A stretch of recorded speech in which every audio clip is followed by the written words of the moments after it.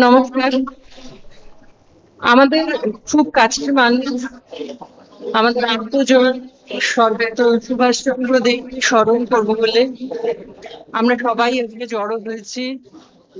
আপনারা যারা আজকে আমাদের সঙ্গে এই স্মরণ সভায় এসেছেন, আমাদের পরিবারের পক্ষ থেকে আপনাদের সবাইকে স্বাগত। আমরা হয়তো আজকে এমনি আচ্ছা দিতে চাইছিলাম, একটু দূরে থাক, একটু দূরে থাক।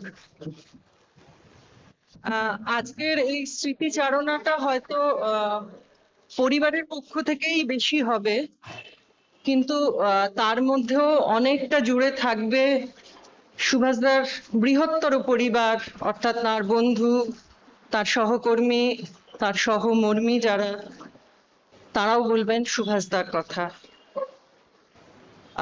তো স্মরণ সভা শুরু করার আগে আমি চাইবো যে আমরা কাছে আসলে ভীষণ ইস্যু হচ্ছে, সোজাসুজি বললে ফ্লপ আছে। আমি মাইক নিচ্ছি। আমরা 1 মিনিট নীরবতা পালন করব সুভাষদের স্মৃতির উদ্দেশ্যে।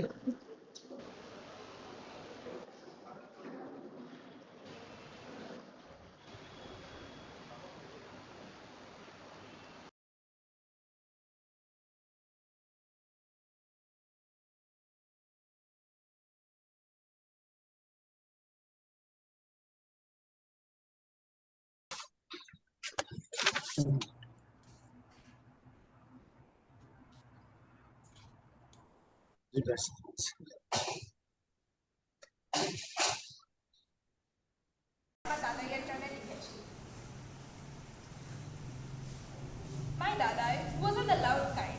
He was never in a rush. But when he spoke, the world would hush. I could have sworn he had a thing for numbers. He'd solve equations, he kept it sharp, while his peers fell into deep slumber. We eat what he planted in his huge garden outside the 4 walls of his house. That's still fresh with care. Like he's feeding us, even when he's not there. He led a simple life, never really asked for much, but gave anyway. That was my Dada, Subhash Chandra Dev. Dhanyavad.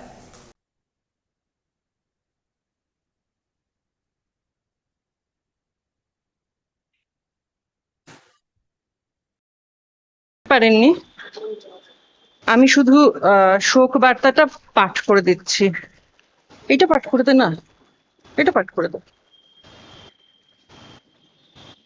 শতাব্দী পাঠ করে দিচ্ছে শোক বার্তাটা।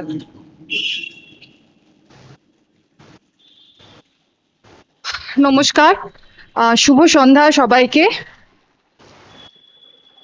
A few lines in memory of Subhash by Probir Ghosh on behalf of Friends of DVC.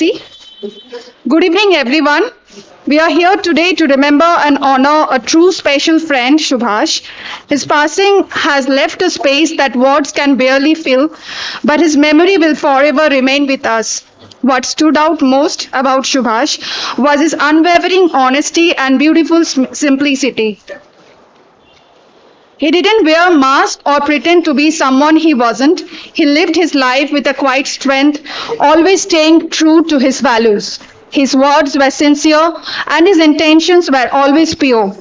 You never had to guess where you stood with him. His honesty made you feel safe and respected. His simplicity was his strength. He found joy in life-saving little things. A shared love, a good conversation, a helping hand. He didn't need much to be happy, and that made him all the more admirable. He reminded us that life doesn't have to be complicated to be meaningful. Subhash taught us the value of being real, of living simply, and of treating others with kindness and respect. As we say goodbye, may we carry those values forward in our own lives. He may be gone, but his spirit lives on in every honest word and humble act we perform. Thank you. ধন্যবাদ।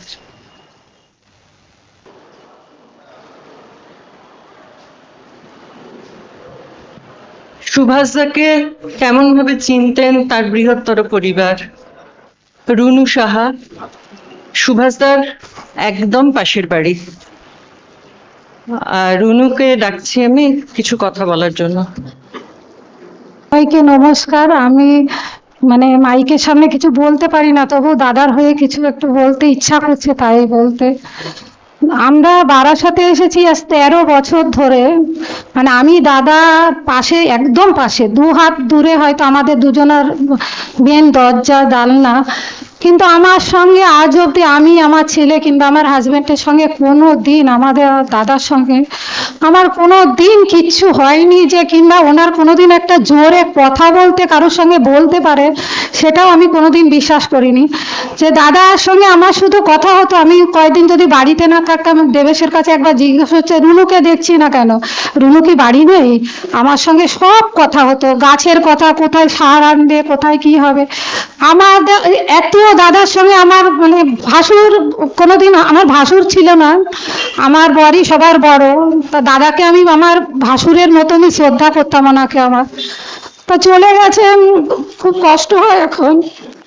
তবু বলবো, দাদা যেখানে থাকো ভালো থেকো, অনেক তোমাকে। নমস্কার সবাইকে। আমাদের কাছে তো সুভাষদা অত্যন্ত প্রিয় মানুষ ছিলেন। বন্ধুদের কাছে কেমন ছিলেন? সুভাষদার কথা বলবেন তারই বন্ধু বিচিত্র রঞ্জন রায়চৌধুরী। আজ এই স্মরণ সভায় উপস্থিত সমস্ত সুধীবৃন্দ, আমার প্রয়াত বন্ধুর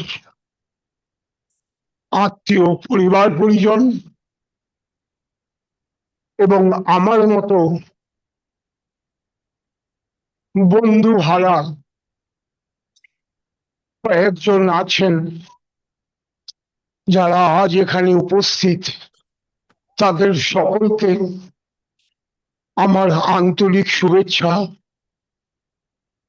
এবং এই স্মরণ সভায় যেন আমরা ঈশ্বরের কাছে একটাই কথা বলতে পারি, তুমি যেখানেই আছো, তুমি সেখানেই থাকো, ভালো থাকো। উপর থেকে আমাদের তুমি ভালোবাসা দাও। তোমার যে আরোগ্য যে কাজ, সে কাজগুলো যেন আমরা করে যেতে পারি, সেই শক্তি, সেই প্রচেষ্টা তোমার যেন ঈশ্বরের মাধ্যমে আমাদের কাছে আসে। আজকে আমি স্মৃতিচারণায় এই স্মরণ সভায় 1960-এর দশকের প্রথম থেকে শুরু করছি। 1964-65 সালে সুভাষের সাথে আমার আন্তরিক বন্ধুত্ব পরিচয় হয়। কারণ সুভাষদের বাড়ি আর আমার বাড়ি বলা যেতে পারে দেখা মাত্র ছোঁয়া যায়। সুভাষদের বাড়ির আগেই আমাদের বাড়ি তৈরি হয়েছে। সুভাষের দাদা আমাদের স্বর্গীয় মৃত্যুঞ্জয় দাস বন্ধু ছিলেন আমার মেজদা। ওরা দুজনে আজকে আর পৃথিবীতে নেই, কালের নিয়মে তারাও চলে গেছে। সুভাষ যখন এখানে এসে কলেজের গণ্ডিতে সে উপনিবেশ করলো, আমরা তখন প্রত্যেকেই স্কুল গণ্ডি সবে ছাড়িয়ে আজকে মহাবিদ্যালয়ের দিকে আমরা সর হয়েছি। এই বারাসাতে আমাদের বলা যেতে পারে প্রায় 20 থেকে 25 জন আমরা তখনকার যে কলেজ বিশ্ববিদ্যালয়, বিভিন্ন বিভিন্ন এডুকেশনের যে স্পেশালিটি ছিল, তার পড়ুয়ারা সব আমরা একত্রিত হতাম প্রতিদিন। আমার বন্ধু এখন আছেন তারকেশ্বর মিশ্র দিকে, যে IDFC যে ব্যাংক, ওই বাড়ির যে মালিক, সে আমার বন্ধু চঞ্চল দাস। এই চঞ্চল দাসের বাড়ির ওখানে একটা গাছের একটা বিরাট গুড়ি ছিল। ওই গাছের গুড়িকে আবর্তিত করে আমরা সমস্ত বন্ধুরা ছুটির দিন, অবসরের দিন আমরা যেমন বুঝতাম, আমরা বিকালবেলা সুভাষ ময়দানে, আমরা যে কোনো জায়গায় একটু ফাঁকা, কারণ আপনারা বুঝতে পারছেন প্রত্যেকটি আমাদের বন্ধু বারাসাতের বিভিন্ন থেকে তারা আসছে, তাদের সংখ্যা 20 থেকে 25 জন। ওই অঞ্চলে তারকালো মিস্টার ভান্ডারের ওখানে প্রত্যেকে আমাদের সমীহ করত যে এরা একটি গ্রুপ আছে যারা সমস্ত বিশ্ববিদ্যালয়, মহাবিদ্যালয় পাঠরত, এবং তাদের প্রত্যেকের ভিতরে একটা আলোচনার আমাদের বাতাবরণ ছিল। রাজনৈতিক বিষয় নয়, আমাদের এডুকেশনের যে চ্যাপ্টার, সেই চ্যাপ্টার নিয়ে আমরা সমস্ত আলোচনা করতাম। এবং আমাদের লক্ষ্য ছিল যে আমরা পরবর্তীতে যাতে আমরা বিভিন্ন প্রতিযোগিতায় বসতে পারি, তার জন্য আমাদের বিভিন্ন চ্যাপ্টার থেকে বিভিন্ন বন্ধুদের সবকিছু যেমন আমরা হৃদয়ঙ্গম করতাম, এবং কম্পিটিশন এখানে হতো। এমন আমরা রাস্তায় যেতে যেতে জিজ্ঞাসা করেছি, আচ্ছা কলকাতা কি শহর না গ্রাম? আমাদের বলতে সব শহর শহর। আমি বললাম ভূগোলের সংখ্যা অনুযায়ী কলকাতা একটি পাড়া। প্রমাণ করো, দেখো ভূগোলে কি আছে যে কয়েকটি গ্রাম।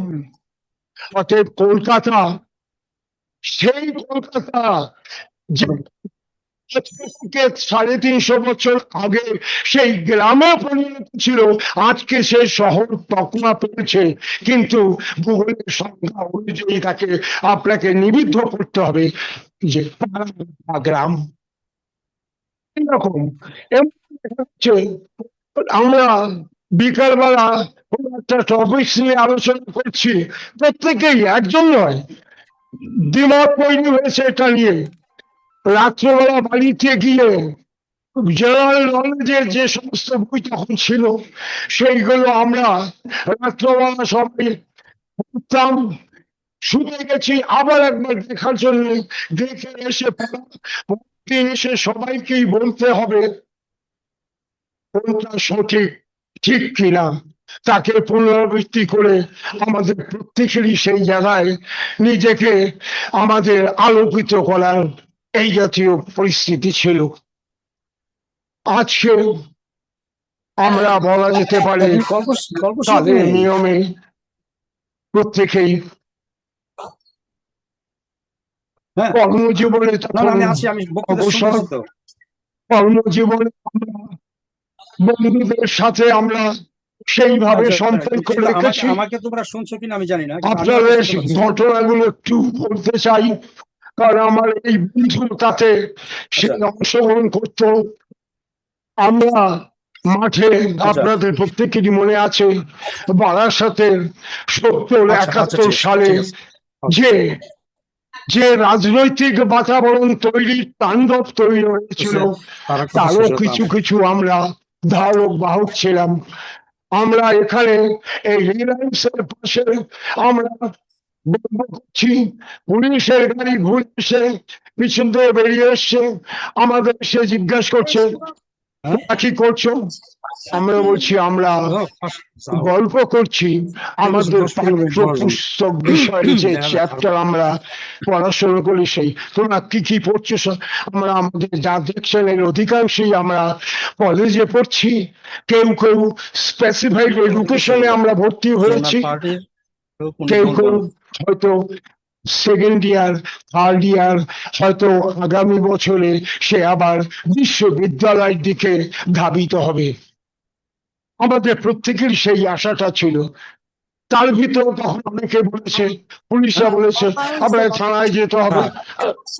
ঠিক আছে, আপনি যদি বলুন আপনার যাবো, কি আছে, কিন্তু আপনাদের কি দেখে মনে হয় যে এই আমরা যারা বসে আছি তাদের কি কোনো শারীরিক মানসিক নেচারে কি মনে হয় যে তৎকালীন যে রাজনৈতিক বাতাবরণ তার কোনো কিছু আছে? গাড়ির ভিতর উপস্থিত যিনি অফিসার ছিলেন, সাব ইন্সপেক্টর, তিনি কথা বললেন আমার সাথে। তাকে আমি একটি কথা বলে দিলাম, শুনুন, I am a brother of Deputy Commissioner Calcutta, Paresh Banerjee. আপনি যদি কোনো সন্দেহ থাকে আপনি ওনার নাম লিখে প্রশ্ন করুন। আপনার ভাইয়ের সাথে পরিচয় হয়েছে বিচিত্র রঞ্জন রায়চৌধুরী। না না না, ঠিক আছে, আপনারা থাকুন। আবার যেতেও মিলছে, কারণ যে ইন্সপেক্টর বা যে চার্জে ছিল তিনিও তো পরিবর্তন করেছেন। অতএব আমাদের একবার বারাসতের এই থানাতেও আমাদের যে থাকতে হয়েছে, যদিও পরবর্তী কিছু সময় ভিতরে তারা আমাদের মুক্ত করে দিয়েছেন। আমরা কর্মজীবনে এক এক করে অগ্রসর হচ্ছি। সুভাষ কর্মজীবনে অগ্রসর হয়েছে, আমার বন্ধুরা এক এক করে কর্মজীবনে অবসর হয়েছে। কেউ কেউ চাকরির সুবাদে স্থানান্তরিত, তারা চাকরির জন্য তারা তার ফ্যামিলি এখানে আছে, তারা চলে গেছে। কিন্তু আমরা যে কিছু কিছু দিন বাদে সব আসছে, একসাথে মিলিত হচ্ছি, একটা কোলাহল আনন্দ সমস্ত আমরা উপভোগ করেছি। আমার এই বন্ধু ঠিক সেইভাবেই আমাদের সাথে ছিল। তারপরে আমরা এবার প্রত্যেকেই চলে আসলাম আমাদের পারিবারিক জীবনে।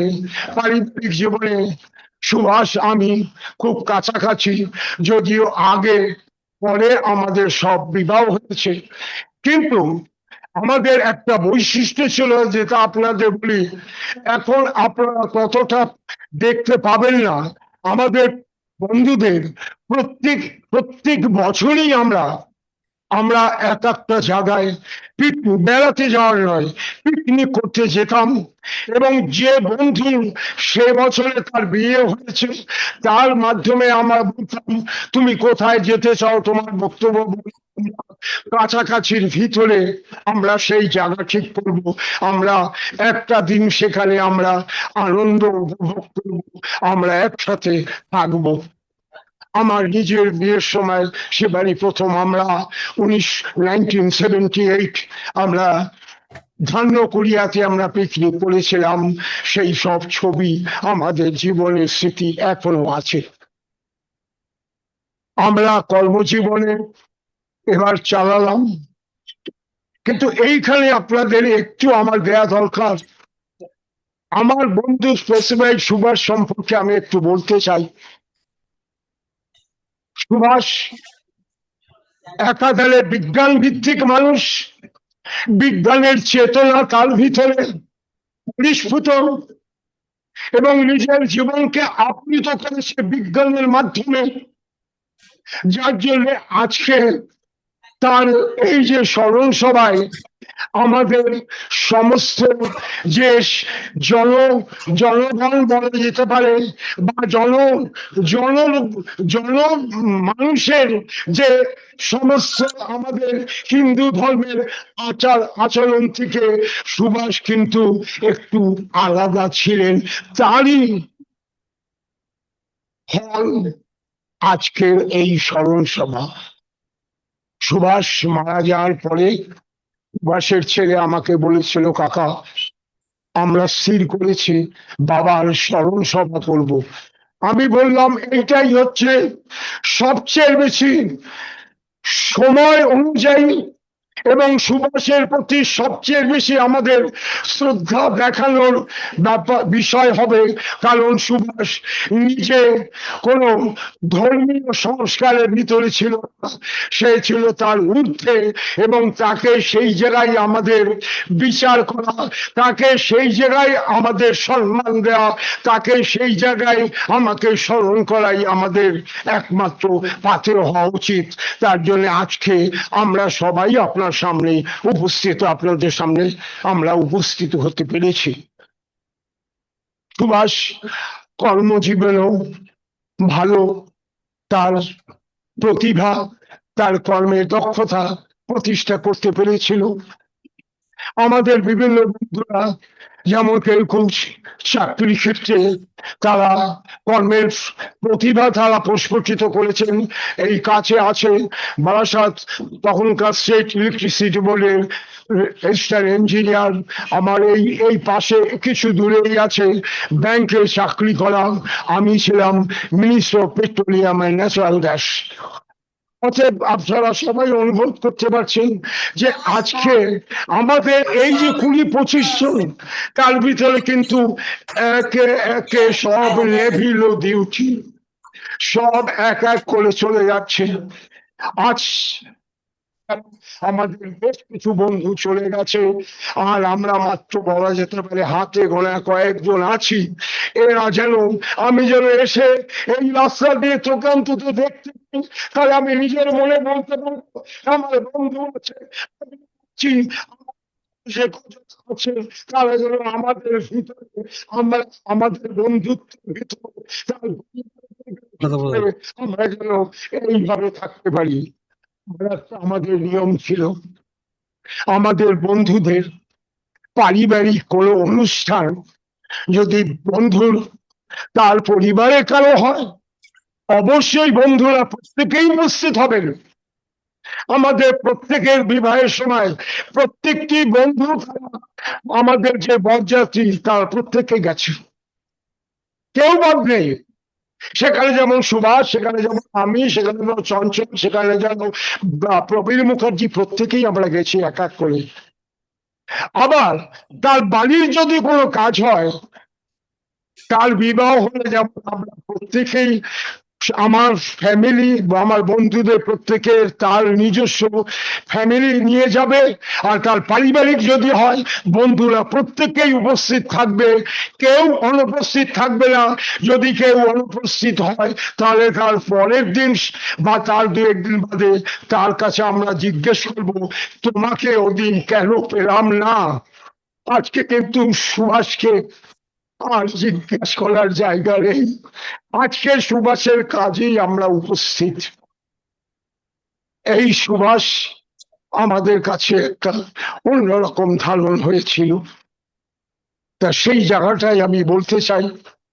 সুভাষ একাধারে যেমন বিজ্ঞান ভিত্তিক তার চেতনা, সেই সুভাষ আজকে বিজ্ঞানের জায়গা ছাড়িয়ে এসে চলে গেছে, কিন্তু বিজ্ঞানও একটা জায়গায় বলে আমারও একটা গণ্ডি আছে, এই গণ্ডির বাইরে আপনি সেই পরমেশ্বর পরলোক তার স্মরণ নিন। যদি আপনার আমার কেউ এমন কোনো অসুস্থ হয়, বিজ্ঞানের যে আমাদের পরীক্ষিত আমাদের যে শরীরের দেখার জন্য যে সমস্ত চিকিৎসকগণ, তারাও শেষ পর্যন্ত ঘন্টা বাজিয়ে বলে দেয় আমার কাজ শেষ, আর কিছু বলা নেই। এবার দেখুন কার কাকে ডাকুন, যদি অলৌকিক কিছু হয় তাহলে হয়তো তার কিছু প্রভাব আপনি পেবেন। অতএব আজকে সুভাষকে সেই নিয়মেই আমরা রাখতে পারলাম না। আমরা প্রত্যেকেই জানি ইংরাজির একটা কথা, time and tide wait for none. বাংলায় কথা, স্রোত সময় কখনোই বসে থাকে না, সে তার গতি নিরবিচ্ছিন্ন ভাবে এগিয়ে নিয়ে যায়। অতএব আমাকে যেতে হবে, সুভাষকে যেতে হবে, আমার অন্য বন্ধুদের যেতে হবে, আমার আশেপাশে যারা প্রত্যেকেই আজ বা কাল যে কোনো একদিন এই ধরাধাম ছেড়ে যেতে হবে। সেই জায়গায় আমাদের আজকের দিনে একমাত্র আমাদের বিশ্বাস রেখে আমাদের প্রার্থনা, সুভাষ যেখানেই আছে সুস্থ থাকুক, ভালো থাকুক। আমরা জানি না, কিন্তু সুভাষের এই বিশ্বাসের নির্যাস যেন আমাদের উপস্থিত সবার ভিতরে ঘুরে, আমরা যেন সুভাষকে মনে রাখি। সুভাষ যেখানেই থাকবে, অমর রহ সুভাষ। তার পরিবার পরিজনদের প্রতি আমার আন্তরিক সমব্যথা সমবেদনা জানিয়ে আপনাদের উপস্থিত সবাইকে আমার আন্তরিক কৃতজ্ঞতা ভালোবাসা জানিয়ে আমার এই বক্তব্য শেষ করলাম। সুভাষ অমর রহে, সুভাষ জিন্দাবাদ। যেখানে এই অনুষ্ঠানটি হচ্ছে সেই সুভাষ ক্লাবের সহ সভাপতি মনোজ কুমার দাস।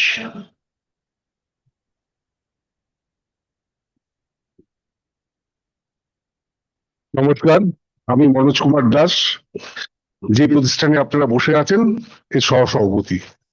কিছুদিন আগে একটি একটি ছেলে ক্লাবে আসে আমাদের কেয়ারটেকারের কাছে। তো কিছুক্ষণ পরে এটাকে আমি চিনতে পারছি, কিন্তু কে এটা আমি বুঝতে পারছি না।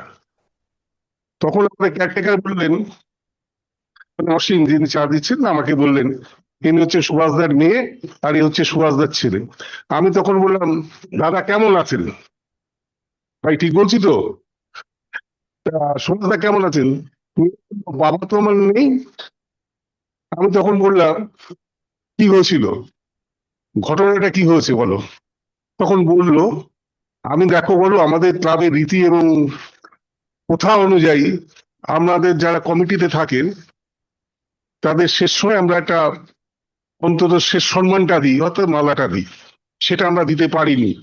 সেই জন্য আমরা ক্লাবের পক্ষ থেকে অনেক অনেক দুঃখিত, পরিবারের পক্ষ কাছে। সুভাষদার সাথে আমার, সুভাষদা যেন আমাদের পরিচালনা কমিটিতে ছিলেন, তো আমিও পরিচালনা কমিটিতে প্রায় 40 বছর একবারে। সুভাষদা অত টাইম ছিলেন না। সুভাষদার শেষ সময় কিন্তু ক্লাবে খুব একটা আসতেন না। আমার সাথে পরিচয়, আমাদের উপরে একটা লাইব্রেরি আছে, আপনারা সবাই জানেন। সুভাষদার লাইব্রেরিতে আমাদের মিরাদে নামে একজন লাইব্রেরিয়ান ছিলেন, তিনি পরিচয় করে দেন। মনোজ, তিনি আমাদের সুভাষদা ভালো চাকরি করেন, পরিচয় হলো। আর সুভাষদাকে তখন আমি আমার লাইব্রেরির ছাত্র, তখন আমি এখানে প্র্যাকটিসও করতাম। তো সুভাষদাকে দেখতাম গল্প আর উপন্যাস পড়তেন, আর কোনো বই পড়তেন না। উনি চেতেন, যখনই আসতেন গল্প আর উপন্যাসে, এবং খুব খুব আস্তে আস্তে কথা বলতেন, খুব আস্তে আস্তে। আমি এবার আসছি পরিচালনা কমিটিতে আমরা, উনি সম্ভবত, আমি 82 থেকে পরিচালনা কমিটিতে আছি, এখনো আছি। উনি সম্ভবত 86 87 ওই সময়টাকার কত এক বছর পর পর ছিলেন। পরিচালনা কমিটি হচ্ছে সুভাষ ক্লাবের 15 জন কমিটি মেম্বার থাকবে, তারাই হচ্ছে পরিচালনা করবে, যারা সিদ্ধান্ত নেবে সেটাই বাস্তবে রূপান্তরিত হবে। সুভাষদা সব সময় যুক্তি দিয়ে কথা বলতেন, কোনো সময় জোরে কথা বলতে আমি দেখিনি, আমার চোখে পড়েনি। তো সুভাষদাকে জোরে কথা বলতে দেখেছি, দেখিনি বলতে হবে না। সুভাষদা যখন তাস খেলতেন, সন্ধ্যাবেলা হলেই তাস খেলা, সুভাষদা যেখানেই থাক না কেন তাস খেলতেন। পরিবার হয়তো জানে তাস খেলতেন, এবং তাস খেলার সময় তার পার্টনার যদি ভুল করতেন, সেই পার্টনার সুভাষদা থাকতেন না। এবার চলে আসি আমাদের বস্ত্র বিতরণ। আমি সম্পূর্ণটা বলবো, আমাদের ক্লাবের সাথে যুক্ত যেটুকু সেটুকু আমি বলবো। এবার আমাদের ক্লাবে বস্ত্র বিতরণ প্রতি বছর ক্লাবের জন্মলগ্ন থেকেই 48 সাল থেকেই হয়। এবার সেই বছর 500-র উপরে হয়ে গেছে। সুভাষদা, আমি তখন সোশ্যাল সেক্রেটারি, আমাকে তখন সাইডে ডেকে বলছে, কিরে মনোজ, তোর খবর কি? আমি কি খবর শুনতে চান? বলে এত লোক আমাদের যারা লাইন দেবে, আমরা দুটো ডেট দিই, যারা লাইন দেবে তাদেরই আমরা মাপ নিই এবং একটা টোকন দিই। কিরে 500-র উপরে হলো, অসুবিধা নেই তো? তাহলে আপনি তো মাথার উপরে আছেন, আপনি মাথার উপরে আছেন, আমাদের ভয় কি? আমার ভয় কি? আপনারা মাথার উপরে আছে, আপনার কোনো ভয় নেই। আপনারাই আমার সাহস, আপনারাই আমার বল, আপনারাই আমার সব। এই গেল বস্ত্র বিতরণ। এইবার আমাদের, আপনারা হয়তো অনেকে দেখেছেন, আমাদের ক্লাবের যাত্রা হতো, তার আগে নাটক হতো, নাটক এবং যাত্রা হতো। আমরা সুভাষ ক্লাব কোনোদিন গভর্নমেন্টের সহযোগিতা পায়নি, এখনো পাচ্ছে না। এবং সুভাষদা আমাদের বিজ্ঞাপন কোথা থেকে এত টাকার বিজ্ঞাপন দিতেন? উনি একটা ভালো পোস্টে কাজ করতেন বলেই দিতে পেরেছেন, বা তার বন্ধু বান্ধব খুব উঁচু ধরনের ছিলেন বলে মানসিকতায় তারা সেখান থেকে তিনি জোগাড় করে দিতেন। এবং সেই জন্য, আর যাত্রার সময় দেখলাম সুভাষ আমাদের তখন ছিলেন সেক্রেটারি গোবিন্দলাল ব্যানার্জি, আমি লাইনে আছো? ওখান থেকে যা টাকা কালেকশন হতো ওরা দুজন হিসেব নিকেশ করে তুমি আছো? রাখতেন, এবং তারপর শেষ না হলে টাকা পয়সা গুছিয়ে টুছিয়ে তারপর বাড়ি দিতেন। এই ছিল সুভাষদার সঙ্গে ছিল, দুজনেই একই হাইটের ছিলেন। সুভাষদার গোবিন্দদা একই হাইট, এবং মনের কথা বলতেন সাধারণত দুজনের সাথে। ব্যানার্জি আপনারা হয়তো ছিলেন, গভর্নমেন্ট স্কুলের মাস্টারমশাই ছিলেন, আমাদের ক্লাবের সেক্রেটারি গোবিন্দলাল ব্যানার্জি। আর সোনাদা দিলীপ দাশগুপ্ত বাড়ির ছেলে। এদের সাথে হচ্ছে সমস্ত রকম কথাবার্তা, বেশিরভাগ কথাবার্তা এনাদের সাথে বলতেন। আমার বয়সটা তো কম ছিল, ওনাদের থেকে অনেক কম। আমাকে এই কিরে ঠিক আছিস তো, কি অসুবিধা আছে? তাহলে আমরা আপনার আমার দাদা, আমার কিসের ভয়, কোনো কিছু চিন্তা করি না, বলে চালিয়ে যা, আছি, কোনো অসুবিধা হলে আমাকে বলবি। আস্তে করে পেরুর যে শুনতে পায় তা না, আস্তে করে বলে কোনো অসুবিধা হলে বলবি। কি অসুবিধা সেটা বলছে না, মানে পরিষ্কার কথা উনি বুঝিয়ে দিতেন। তোর আর্থিক অবস্থা কোনো জায়গায় কোনো অসুবিধা হয় তো টার্গেট যদি না ফিল করতে আমাকে বলবি। উনি আমাকে কখনো বলেনি পয়সার কথা।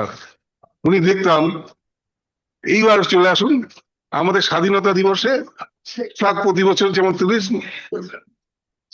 26শে জানুয়ারি, 15ই আগস্টে আমরা প্রতি বছর কারোর থেকে পুরো টাকাটা, মানে মিষ্টি খাওয়ার টাকাটা নিই। এবার সুভাষদা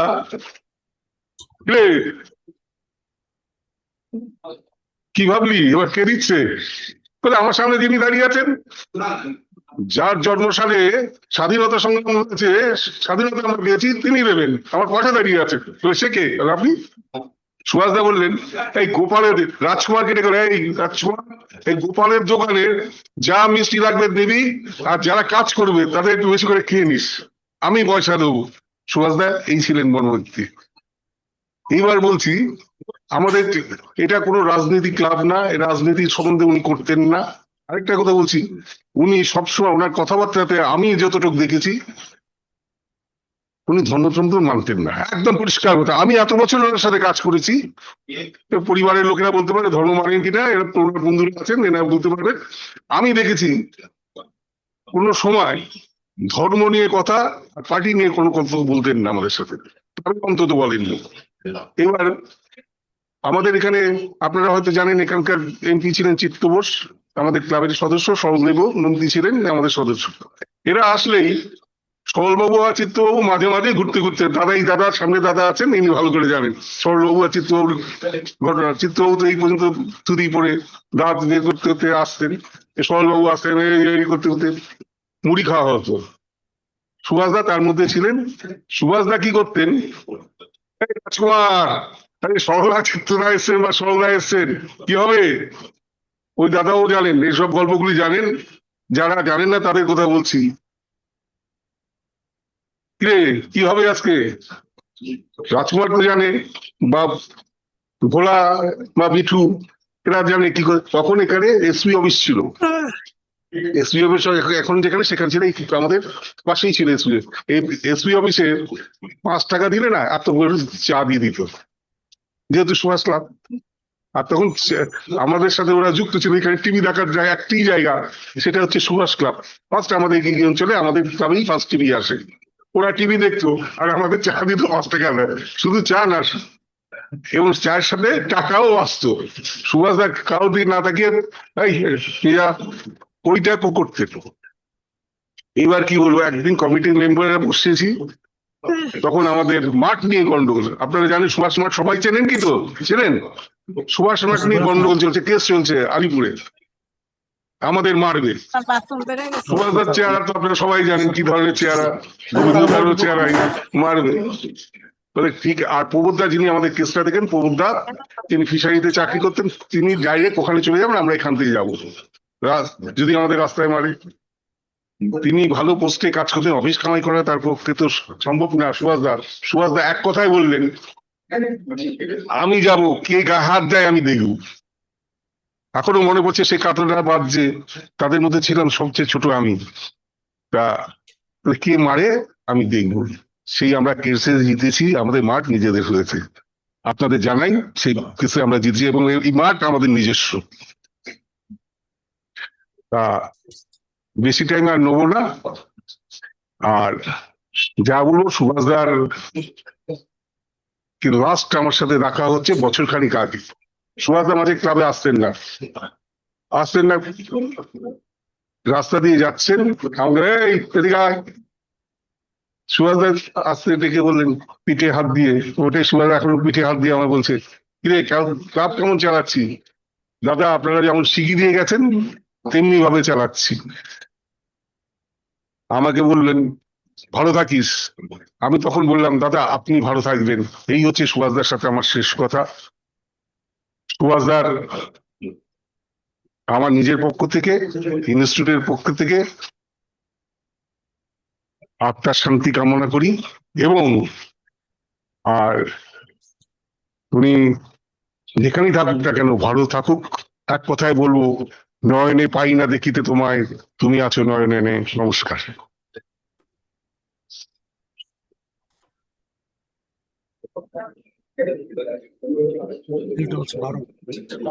সুভাষের পরিবারের অনেক সদস্য রয়েছেন এখান থেকে অনেক দূরে, তারা এসে পৌঁছতে পারেননি, কিন্তু জুম মিটিং এর থ্রুতে তারা জয়েন করেছেন। তো জুমে যারা আছেন আমি বলবো যে যিনি বলবেন তিনি ছাড়া অন্যরা আপনারা মোবাইলটা একটু মিউট করে রাখুন, তাহলে সুবিধে হয়। সুভাষদার সঙ্গে একসঙ্গে ছোট থেকে বড় হয়ে উঠেছেন আলো দে, বর্তমানে আলো দেব। আলো দেবের স্বামী সঞ্জিত দেব বলবেন তার শ্যালক সুভাষ দের কথা, অনেক দূর থেকে বলবেন, জুমের থ্রুতে বলবেন। বাড়ির যে মালিক সে আমার বন্ধু চঞ্চল দাস। এই চঞ্চল দাসের বাড়ির ওখানে একটা গাছের একটা বিরাট গুড়ি ছিল। ওই গাছের গুড়িকে আবর্তিত করে আমরা সমস্ত বন্ধুরা ছুটির দিন, অবসরের দিন আমরা যেমন বসতাম, আমরা বিকালবেলা সুভাষ ময়দানে আমরা যে কোনো জায়গায় একটু ফাঁকা, কারণ আপনারা বুঝতে পারছেন প্রত্যেকটি আমাদের বন্ধু বারাসতের বিভিন্ন কর্নার থেকে তারা আসছে, তাদের সংখ্যা 20 থেকে 25 জন। ওই অঞ্চলের ওই তারকানো মিষ্টান ভান্ডার আন্ডারে ওখানে প্রত্যেকেই আমাদের সমীহ করত যে এরা একটি গ্রুপ আছে যারা সমস্ত বিশ্ববিদ্যালয় মহাবিদ্যালয়ে তারা পাঠরত, এবং তাদের প্রত্যেকের ভিতরেই একটা আলোচনার আমাদের বাতাবরণ ছিল। তৎকালীন কোনো রাজনৈতিক বিষয় নয়, আমাদের যে এডুকেশনের যে চ্যাপ্টার, সেই চ্যাপ্টার নিয়ে আমরা সমস্ত আলোচনা করতাম। এবং আমাদের মুখ্য ছিল যে আমরা পরবর্তীতে যাতে আমরা বিভিন্ন প্রতিযোগিতামূলক পরীক্ষায় বসতে পারি, তার জন্য আমাদের বিভিন্ন চ্যাপ্টার থেকে বিভিন্ন বন্ধুদের সবকিছু যেমন আমরা হৃদয়ঙ্গম করতাম এবং কম্পিটিশন এখানে হতো। এমন ঘটনা হয়েছে আপনারা শুনলে অবাক হবেন। আমরা রাস্তায় যেতে যেতে জিজ্ঞাসা করেছি, আচ্ছা ভূগোলের এইটা বলো তো, কলকাতাটা কি শহর না গ্রাম? আমাদের বন্ধু সব বলে শহর শহর। আমি বললাম ভূগোলের সংখ্যা অনুযায়ী কলকাতা একটি পাড়া। প্রমাণ করো, দেখো ভূগোলে কি আছে যে কয়েকটি পাড়া নিয়ে একটি গ্রাম। অতএব কলকাতা সেই কলকাতা, যে কলকাতা আজকের থেকে 350 বছর আগে সেই গ্রামে পরিণত ছিল, আজকে সে শহর তকমা পেয়েছে, কিন্তু ভূগোলের সংজ্ঞা অনুযায়ী তাকে আপনাকে নিবদ্ধ করতে হবে যে পাড়া বা গ্রাম। এইরকম এমনও দেখা গেছে আমরা বিকালবেলা কোনো একটা টপিক নিয়ে আলোচনা করছি, প্রত্যেকেই, একজন নয়, দ্বিমত তৈরি হয়েছে এটা নিয়ে। রাত্রেবেলা বাড়িতে গিয়ে জেনারেল নলেজের যে সমস্ত বই তখন ছিল সেইগুলো আমরা রাত্রেবেলা সবাই পড়তাম। শুতে গেছি আবার একবার দেখার জন্য, দেখে এসে পড়া, পরের দিন এসে সবাইকেই বলতে হবে কোনটা সঠিক, ঠিক কিনা, তাকে পুনরাবৃত্তি করে আমাদের প্রত্যেকেরই সেই জায়গায় নিজেকে আমাদের আলোকিত করার এই জাতীয় পরিস্থিতি ছিল। আজকে আমরা বলা যেতে পারে কালের নিয়মে প্রত্যেকেই কর্মজীবনে তখন অবসর, কর্মজীবনেও আমরা বন্ধুদের সাথে আমরা সেইভাবে সম্পর্ক রেখেছি। আপনাদের ঘটনাগুলো একটু বলতে চাই, কারণ আমার এই বন্ধু তাতে সে অংশগ্রহণ করত। আমরা মাঠে, আপনাদের প্রত্যেকেরই মনে আছে, বারাসাতের 70-71 সালে যে রাজনৈতিক বাতাবরণ তৈরির তাণ্ডব তৈরি হয়েছিল, তারও কিছু কিছু আমরা ধারক বাহক ছিলাম। আমরা এখানে এই রিলায়েন্সের পাশে আমরা গল্প করছি, পুলিশের গাড়ি ঘুরে এসে পিছন থেকে বেরিয়ে এসছে, আমাদের এসে জিজ্ঞাসা করছে তোমরা কি করছো? আমরা বলছি আমরা গল্প করছি আমাদের পাঠ্য পুস্তক বিষয়ের যে চ্যাপ্টার আমরা পড়াশোনা করি সেই। তোমরা কি কি পড়ছো? আমরা আমাদের যা দেখছেন এর অধিকাংশই আমরা কলেজে পড়ছি, কেউ কেউ স্পেসিফাইড এডুকেশনে আমরা ভর্তি হয়েছি, কেউ কেউ হয়তো সেকেন্ড ইয়ার, থার্ড ইয়ার, হয়তো আগামী বছরে সে আবার বিশ্ববিদ্যালয়ের দিকে ধাবিত হবে। আমাদের প্রত্যেকেরই সেই আশাটা ছিল। তার ভিতরে তখন অনেকে বলেছে, পুলিশরা বলেছে আপনাকে থানায় যেতে হবে। ঠিক আছে, আপনি যদি বলুন, আপনারা বলুন আমরা থানায় যাবো, কি আছে, কিন্তু আপনাদের কি দেখে মনে হয় যে এই আমরা যারা বসে আছি তাদের কি কোনো শারীরিক, মানসিক বা নেচারে কি মনে হয় যে তৎকালীন যে রাজনৈতিক বাতাবরণ তার কোনো কিছু এখানে আছে? গাড়ির ভিতরে উপস্থিত যিনি অফিসার ছিলেন, সাব ইন্সপেক্টর, তিনি কথা বললেন আমার সাথে। তাকে আমি একটি কথা বলে দিলাম, শুনুন, I M A brother of deputy commissioner Calcutta Paresh Banerjee. আপনি যদি কোনো সন্দেহ থাকে আপনি ওনার নাম লিখে প্রশ্ন করুন। আপনার ভাইয়ের সাথে পরিচয় হয়েছে বিচিত্র রঞ্জন রায়চৌধুরী। না না না, ঠিক আছে, আপনারা থাকুন। আবার যেতেও হয়েছে, কারণ যে ইন্সপেক্টর বা যে চার্জে ছিল তিনিও তো পরিবর্তন করেছেন। অতএব আমাদের একবার বারাসাতের এই থানাতেও আমাদের যে থাকতে হয়েছে, যদিও পরবর্তী কিছু সময় ভিতরে তারা আমাদের মুক্ত করে দিয়েছেন। আমরা কর্মজীবনে এক এক করে অগ্রসর হচ্ছি। সুভাষ কর্মজীবনে অগ্রসর হয়েছে, আমার বন্ধুরা এক এক করে কর্মজীবনে অবসর হয়েছে। কেউ কেউ চাকরির সুবাদে স্থানান্তরিত, তারা চাকরির জন্য তারা তার ফ্যামিলি এখানে আছে, তারা চলে গেছে। কিন্তু আমরা যে কিছু কিছু দিন বাদে সব আসছে, একসাথে মিলিত হচ্ছি, একটা কোলাহল আনন্দ সমস্ত আমরা উপভোগ করেছি। আমার এই বন্ধু ঠিক সেইভাবেই আমাদের সাথে ছিল। তারপরে আমরা এবার প্রত্যেকেই চলে আসলাম আমাদের পারিবারিক জীবনে। পারিবারিক জীবনে সুভাষ আমি খুব কাছাকাছি, যদিও আগে পরে আমাদের সব বিবাহ হয়েছে, কিন্তু আমাদের একটা বৈশিষ্ট্য ছিল, যেটা আপনাদের বলি, এখন আপনারা ততটা দেখতে পাবেন না। আমাদের বন্ধুদের প্রত্যেক বছরেই আমরা এক একটা জায়গায় পিকনিক, বেড়াতে যাওয়ার নয়, পিকনিক করতে যেতাম। এবং যে বন্ধুর সে বছরে তার বিয়ে হয়েছে, তার মাধ্যমে আমরা বলতাম, তুমি কোথায় যেতে চাও, তোমার বক্তব্য বলো, আমরা কাছাকাছির ভিতরে আমরা সেই জায়গা ঠিক করব, আমরা একটা দিন সেখানে আমরা আনন্দ উপভোগ করব, আমরা একসাথে থাকব। আমার নিজের বিয়ের সময় সেবারই প্রথম আমরা 1978 আমরা ধান্যকুড়িয়াতে আমরা পিকনিক করেছিলাম। সেই সব ছবি আমাদের জীবনের স্মৃতি এখনো আছে। আমরা কর্মজীবনে এবার চালালাম, কিন্তু এইখানে আপনাদের একটু আমার দেয়া দরকার। আমার বন্ধু স্পেসিফাইড সুভাষ সম্পর্কে আমি একটু বলতে চাই।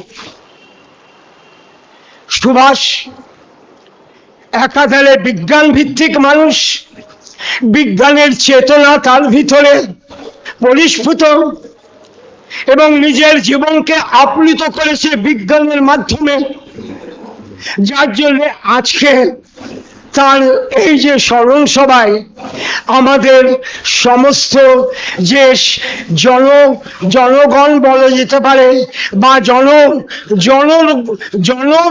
মানুষের যে সমস্ত আমাদের হিন্দু ধর্মের আচরণ থেকে সুভাষ কিন্তু একটু আলাদা ছিলেন। তারই ফল আজকের এই স্মরণ সভা।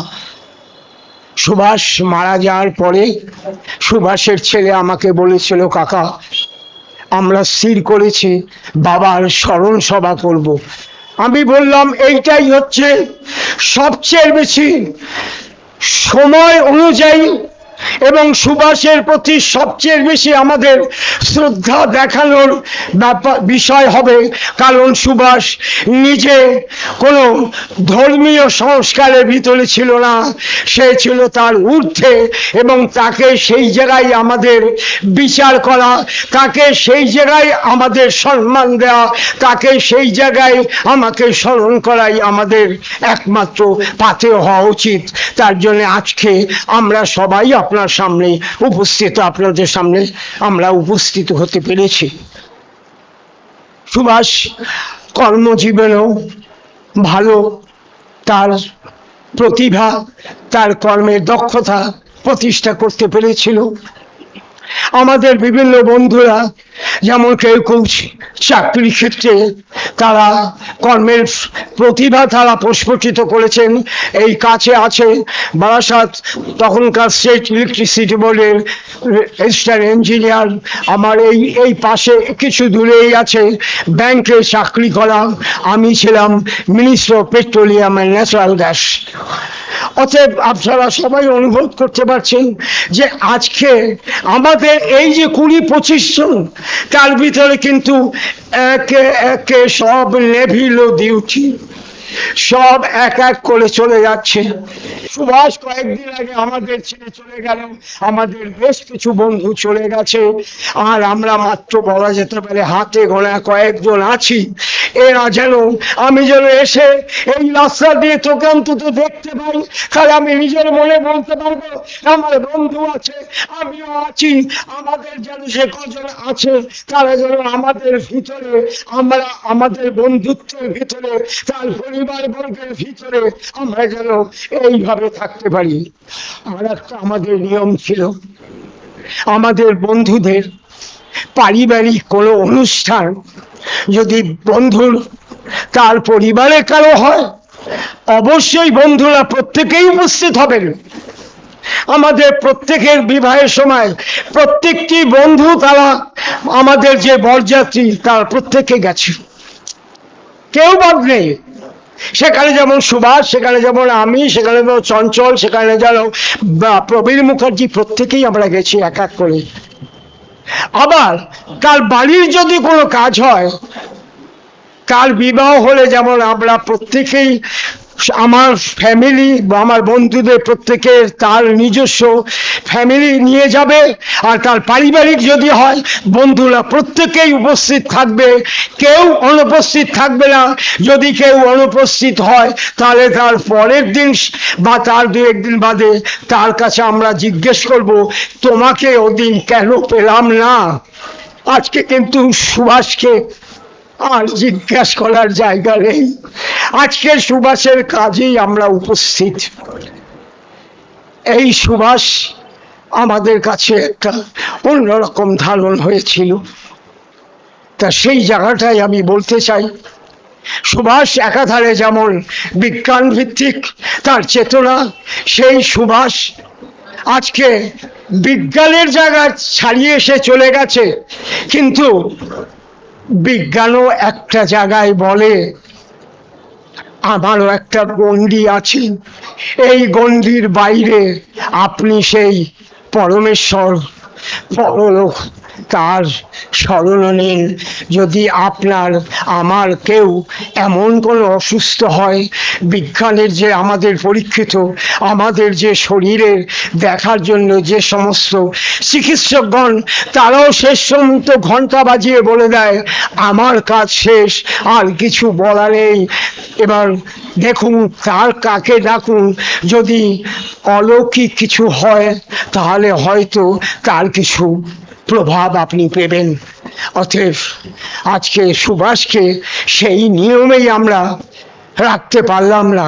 আমরা প্রত্যেকেই জানি ইংরাজির একটা কথা, time and tide wait for none. বাংলায় কথা, স্রোত সময় কখনোই বসে থাকে না, সে তার গতি নিরবিচ্ছিন্নভাবে এগিয়ে নিয়ে যায়। অতএব আমাকে যেতে হবে, সুভাষকে যেতে হবে, আমার অন্য বন্ধুদের যেতে হবে, আমার আশেপাশে যারা প্রত্যেকেই আজ বা কাল যে কোনো একদিন এই ধরাধাম ছেড়ে যেতে হবে। সেই জায়গায় আমাদের আজকের দিনে একমাত্র আমাদের বিশ্বাস রেখে আমাদের প্রার্থনা, সুভাষ যেখানেই আছে সুস্থ থাকুক, ভালো থাকুক আমরা জানি না, কিন্তু সুভাষের এই বিশ্বাসের নির্যাস যেন আমাদের উপস্থিত সবার ভিতরে পড়ে। আমরা যেন সুভাষকে মনে রাখি, সুভাষ যেখানেই থাকবে অমর রহ সুভাষ। তার পরিবার পরিজনদের প্রতি আমার আন্তরিক সমব্যথা সমবেদনা জানিয়ে আপনাদের উপস্থিত সবাইকে আমার আন্তরিক কৃতজ্ঞতা ভালোবাসা জানিয়ে আমার এই বক্তব্য শেষ করলাম। সুভাষ অমর রহে, সুভাষ জিন্দাবাদ। সুভাষদার স্মরণ সভায় যারা এসেছেন তারা সবাই সুভাষদার প্রিয় মানুষ। আপনাদের সবাইকে যথাযোগ্য জানাই।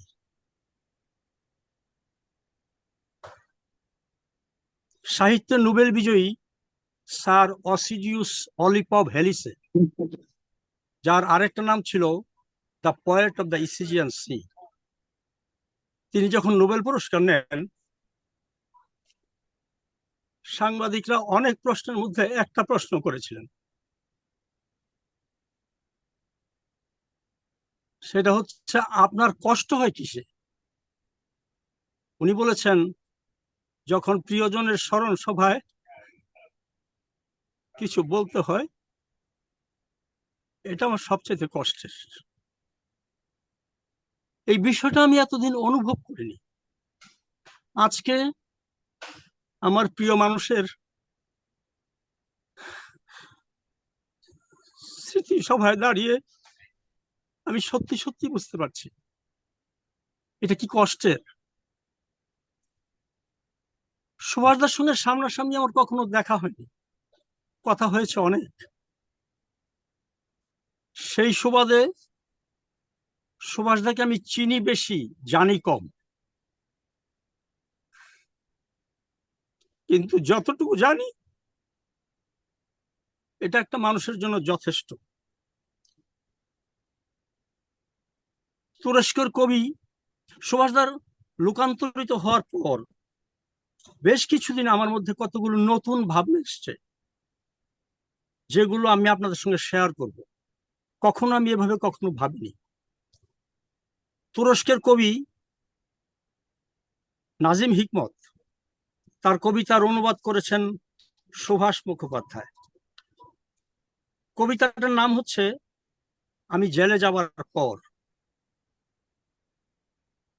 এই কবিতার একটা লাইন হচ্ছে, যে বছর জেলে এলাম একটা পেন্সিল ছিল আমার সাথে, লিখে লিখে এক সপ্তাহের মধ্যেই পেন্সিলটা শেষ হয়ে গেল। আমাকে যদি কেউ প্রশ্ন করে আমি বলবো মাত্র 7 দিন, 1 সপ্তাহ। কিন্তু পেন্সিলটাকে যদি কেউ প্রশ্ন করে সে বলবে এটা আমার জন্য একটা গোটা জীবন। এই কবিতাটাকে আমি এই কয়েকদিনে বেশ কয়েকবার পড়েছি এবং বারবার অনুভব করেছি কথাটা কত সত্য। পৃথিবীতে এখন 6 বিলিয়নের বেশি মানুষ, প্রতিদিন লক্ষ লক্ষ মানুষ পৃথিবী থেকে চলে যাচ্ছে। কার খবর কে রাখে? শুধু যারা আপনজন হারায় তারা, যেমন সুভাষদাকে আমরা হারিয়েছি, তাকে আমরা স্মরণ করছি। পৃথিবীর 6 বিলিয়ন মানুষকে নিয়ে আমাদের ভাবনা নেই। সুভাষদা একটা অসাধারণ মানুষ ছিলেন। আমি দুটো ঘটনার কথা, দুটো ব্যাপার বলবো।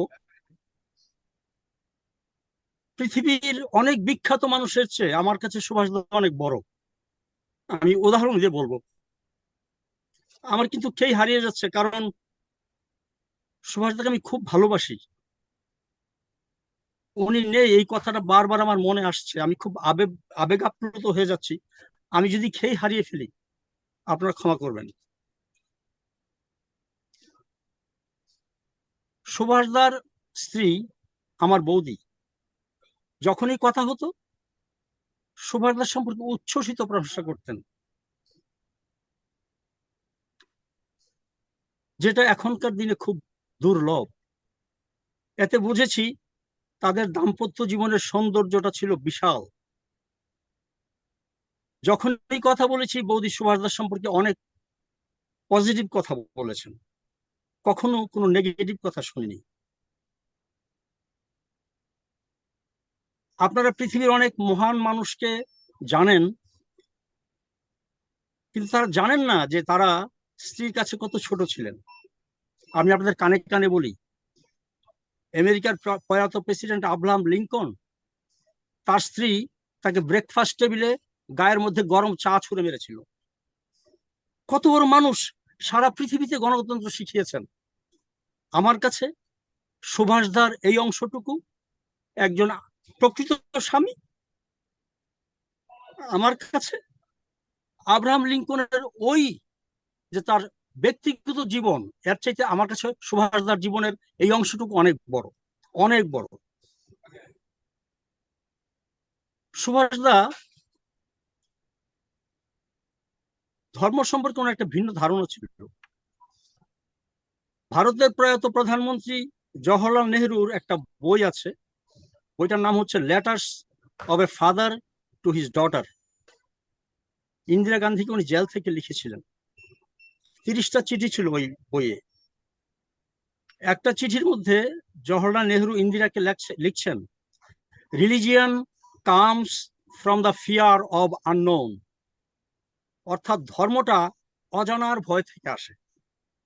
আমরা যতক্ষণ জানি আমরা কিন্তু ভগবানের কাছে যাই না। যখন আর জানি না তখন আমরা ভগবানের আশ্রয় নেই। ধরেন কোনো মানুষের সন্তান অসুস্থ হলো, ডাক্তার বলে দিল আমাদের আর কিছু করার নেই, তখন ওই লোকটা হত্যে দিয়ে গিয়ে ভগবানের কাছে পড়ে। এর আগে কিন্তু যায় না। সুভাষদা এটা বিশ্বাস করতেন এবং এমন ভাবে বিশ্বাস করতেন, আজীবন এই বিশ্বাসে তিনি স্থিতধী ছিলেন। সংকটে কখনো এই বিশ্বাস থেকে বিচ্যুত হননি। আমি আপনাদের একটা ঘটনার কথা বলবো, আমি ছোট করার জন্য বলছি না, কিন্তু ঘটনাটা আমার কাছে সুভাষদাকে কত বড় করেছে এটা দিয়ে বোঝা যাবে। ভারত, বাংলাদেশ, পাকিস্তানের বিখ্যাত কবি কাজী নজরুল ইসলাম, বাংলাদেশের জাতীয় কবি। প্রথম জীবনে উনি খুব নাস্তিক ছিলেন, এত বড় নাস্তিক ছিলেন যে বিদ্রোহী কবিতায় উনি লিখেছেন, আমি ভগবান বুকে এঁকে দিই পদ চিহ্ন, আমি স্রষ্টা সুদন সুক্তাপ হারা, খেয়ালি বিধির বক্ষ করিব ভিন্ন। এত বড় নাস্তিক যে ভগবানের বুকে উনি লাথি মেরে দিয়েছেন। কিন্তু ওনার ব্যক্তিগত জীবনে কি ঘটেছে আমি বলছি, এটা অনেকেই হয়তো জানেন না। একবার ওনার ছেলে অসুস্থ হলো, ডাক্তাররা বলে দিল আশা কম, আমাদের সীমার বাইরে চলে গেছে। এই নাস্তিক মানুষটি এক ওঝার কাছে গেলেন। ওঝার বললেন, আপনি শীতের মাঘ মাসের অমাবস্যার রাতে ডুবায়, মানে কাদা পুকুর ডুবায় ডুব দিয়ে মাটির নিচ থেকে মাটি আনতে হবে, আমি ওই মাটিটাকে ঝাড়ফুঁক করে দেবো, আপনার ছেলে ভালো হয়ে যাবে। এবং নজরুল ইসলাম এটা করেছেন। এত বড় একজন নাস্তিক মানুষ, এত বড় একজন বিখ্যাত কবি, যখন তার নিজের সন্তানের জীবন সংশয়পূর্ণ, উনি কাজটা করেছেন। কিন্তু সুভাষদা তার বিশ্বাস থেকে কখনো সরেননি। তার যে বিশ্বাস ছিল, এই বিশ্বাসে তিনি আজন্ম স্থিতধী ছিলেন। এইখানে সুভাষদা নজরুলের ওই অংশটুকু থেকে আমার কাছে অনেক বড় মাপের মানুষ। সুভাষদার জীবন অনেক শিক্ষণীয় জীবন। একজন অসম্ভব ভালো স্বামী, অসম্ভব বিশ্বস্ত পিতা, একজন চমৎকার সমাজ সেবক। নিজের ইচ্ছাকে কখনো কারো উপর চাপিয়ে দেননি। ওনার চিন্তা ছিল বিজ্ঞান ভিত্তিক এবং যুক্তি ভিত্তিক। আমি কথা বাড়াবো না, হয়তো অনেক বিরক্ত করে ফেলেছি আপনাদের। ইংরেজ কবি মিল্টনের স্মৃতিসৌধে একটা লেখা আছে, এই লেখাটা মিল্টনের নিজের লেখা। মৃত্যুর আগে উনি এটা লিখে দিয়েছিলেন, তার বন্ধুদের বলেছিলেন, আমার মৃত্যুর পর তোমরা আমার সমাধিতে স্থাপন করবে। লাইনটা হচ্ছে, weep not for me, lament no more, I am not lost but gone before. ভাবানুবাদ করলে দাঁড়ায়, আমাদের জন্য তোমরা কেঁদো না, শোক প্রকাশ করো না, আমি হারিয়ে যাইনি, আমি অনেক দূর চলে গেছি। সুভাষদার উদ্দেশ্যে একটাই কথা, আপনাকে নিয়ে কাঁদবো না, শোক প্রকাশও করবো না। আপনার মহৎ জীবন, মানুষের জন্য রেখে যাওয়া ভালোবাসা, সমাজের জন্য রেখে যাওয়া কাজ, পরিবারের জন্য রেখে যাওয়া অবদান, সমস্ত শ্রদ্ধার সঙ্গে স্মরণ করি। আপনি যেখানেই থাকুন, ভালো থাকুন। যেহেতু সুভাষ, ধন্যবাদ।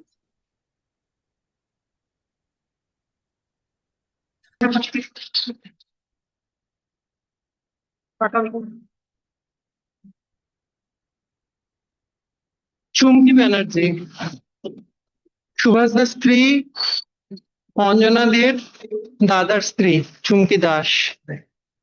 অনেক দিন ধরে সুভাষদাকে দেখেছেন। সুভাষদার সঙ্গে একটা খুব মধুর সম্পর্ক ছিল, যেন জামাইবাবু শ্যালিকা। চুমকি ব্যানার্জি ও চুমকি দাস রয়েছেন অনেক দূরে, সেখান থেকেই জুম মিটিং এ। কোনো কথা আসছে না। সুভাষদাই থাকবেন আমার কাছে। আজ 42-43 বছরের সম্পর্ক এইভাবে শেষ হয়ে যাবে ভাবিনি, এত তাড়াতাড়ি শেষ হয়ে যাবে ভাবিনি। দিদি ভাই, বাবুন, তিতিন, তোমরা ভালো থেকো। কোনোদিন কিছু যদি কাজে তোমাদের লাগতে পারি বলো। আমি সুভাষদাকে ফার্স্ট দেখেছি হাওড়া স্টেশনে, আমাকে রিসিভ করতে এসেছিলেন 9th March 1982। তারপর থেকে সুভাষদার সঙ্গে আমার কি সম্পর্ক সেটা আমি জানি, আর সুভাষদা জানতেন। ভালো থাকুন সুভাষদা, আপনার মতন সৎ, একজন অনেস্ট, একজন স্ট্রেট ফরওয়ার্ড মানুষ আমি খুব কম দেখেছি। ভালো থাকুন। প্রণাম নেবেন। লাস্ট প্রণাম বোধহয় আমি করেছি আপনাকে।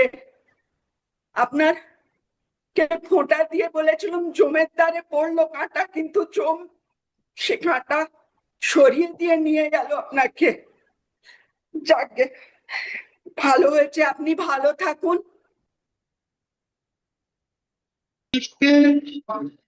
খুব কাছ থেকে চেনেন আশিস ঘোষ। আশিস ঘোষকে আমি একটু বলবো কিছু বলার জন্য।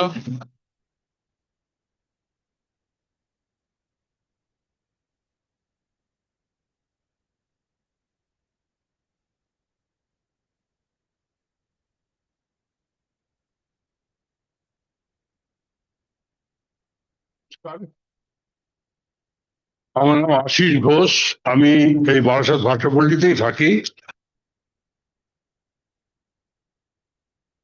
আজকের এই স্মরণ সভায় যারা উপস্থিত হয়েছেন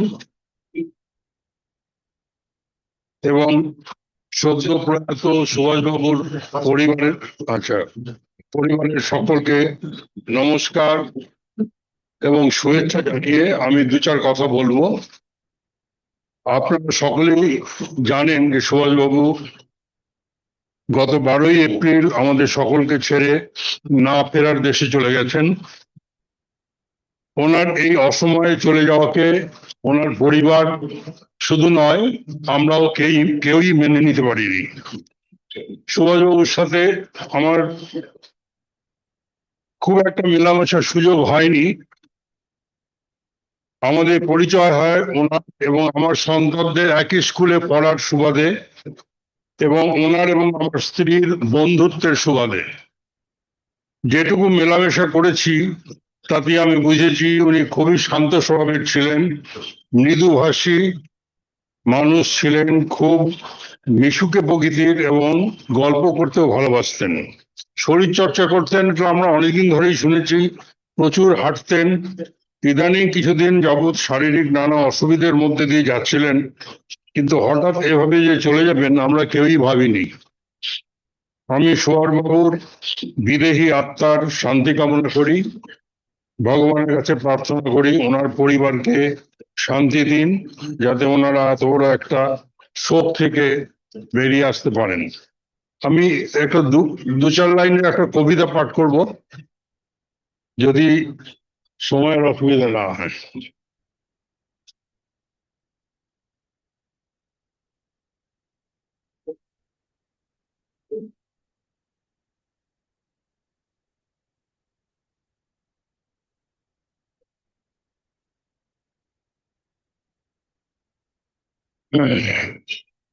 কিছু মানুষ কাঁচের মতো স্বচ্ছ হয়, এরা বাইরেও যা ভেতরেও সেটাই, কোনো মুখোশ নেই, বড্ড সোজা সরল, ফ্যাবলা ক্যাবলা টাইপ গোছের হয়।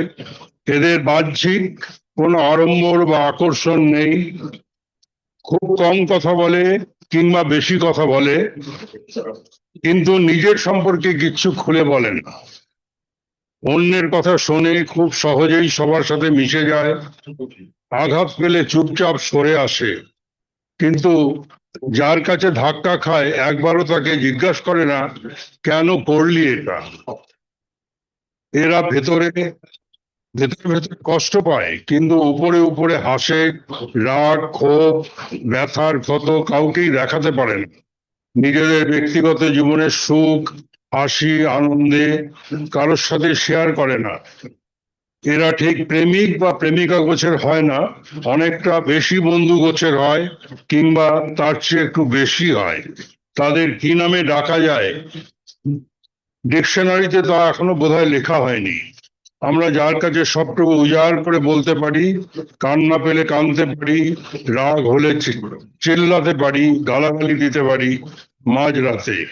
আবার আমাদের স্পেশাল মুহূর্তগুলো এই মানুষগুলো ছাড়া অসম্পূর্ণ।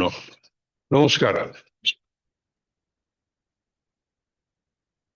সুভাষবাবুর পরিবারের অত্যন্ত দুঃসময়ে তাদের সঙ্গে ছিলেন সাথে আছি। সাথে আছির ইন্দ্রাণী নিয়োগী এখানে আছেন, আমি তাকে বলবো কিছু কথা বলার জন্য। নমস্কার। এরকম করে স্মৃতিচারণের অনুষ্ঠানে আমাদের একটু কমই আসা হয়। বেশিরভাগ মানুষই এখনো তো শ্রাদ্ধে বিশ্বাসী, কিন্তু আমার মনে হয় এটাই বোধহয় প্রকৃত শ্রাদ্ধ, যেখানে আমরা মানুষকে স্মরণ করতে পারি। আদারওয়াইজ শ্রাদ্ধ মানেই তো খাওয়া দাওয়া, পুজো, উপাচার, মানুষটাকেই কোথাও আমরা ভুলে যাই।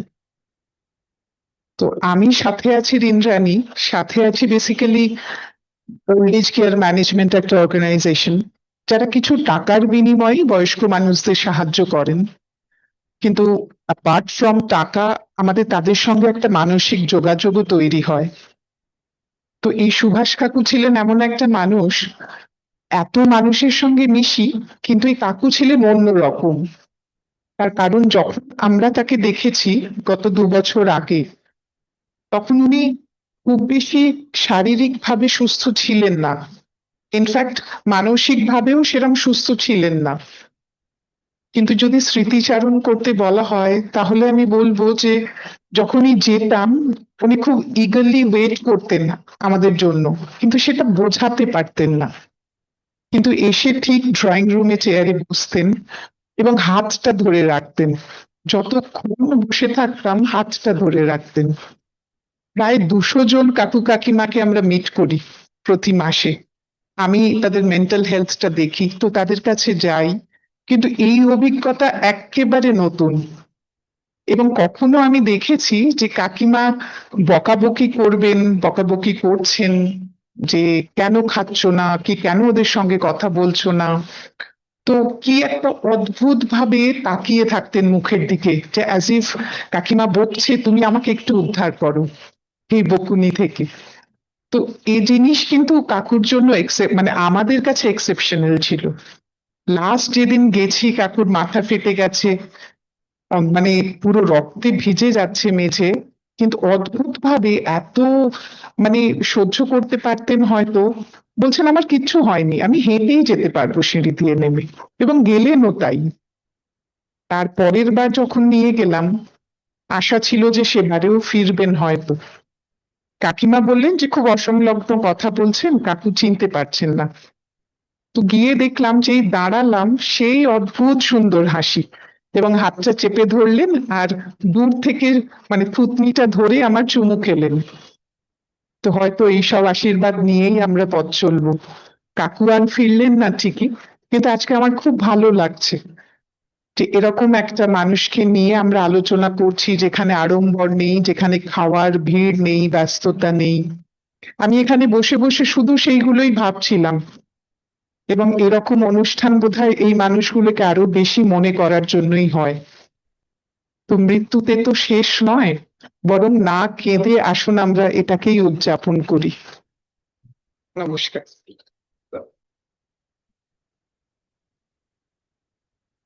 সুভাষদাকে বিশু বলতো সোহম দাস। সুভাষদার শ্যালু অজয় দাসের ছেলে সোহম। প্রথমেই সকলের কাছে আমার নমস্কার, প্রণাম এবং ছোটদেরকে ভালোবাসা। এখানে বলার মতন কতটা যোগ্যতা আমার আছে তা আমি জানি না, তবুও আমার দিদি এবং পিসির বলাতে আমি আপনাদের সামনে কিছু বলতে আসলাম। মূলত পিসো এই সম্ভাষণটাই করতাম ওনার সাথে। তো ছোট থেকেই একটা অদ্ভুত রকমের মানুষ ছিলেন পিসো। মানে আমার বাবা একটা অত্যন্ত শক্ত মনের মানুষ, এবং তারপরে যদি কাউকে দেখে থাকি বা যেই সেই স্থানে বসিয়ে থাকি, তো সেটা হচ্ছে পিসো। পিসোর প্রতিটি জিনিস অন্যান্য সাধারণ ছাপোষা মানুষগুলোর থেকে অনেকটাই ডিফারেন্ট ছিল, অনেকটা আলাদা। উনি পৃথিবীটাকে দেখতেন অনেকটা ভিন্নভাবে, যেটা হয়তো সচরাচর আমরা দেখি না।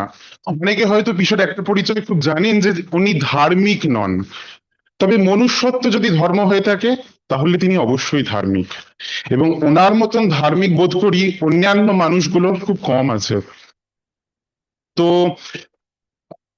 পিসো আর পিসির বাড়িটা আমাদের দুই ভাই বোন, স্পেশালি আমি আর মা, মানে আমার কাকার মেয়ে, আমাদের দুজনের কাছে না একটা ওই ছোটবেলার একটা খুব আনন্দের জায়গা ছিল, যেখানেতে গিয়ে আমরা মানে অফুরন্ত আনন্দ করতে পারতাম, যা ইচ্ছে তাই করতে পারতাম। এবং পিসো এবং পিসি দুজনে কেউ কোনো দিন আমাদের বাধা তো দেননি, বরঞ্চ আমাদের দুষ্টুমি গুলোকেও যেন খুব হাসি মুখে সহ্য করে নিয়েছেন।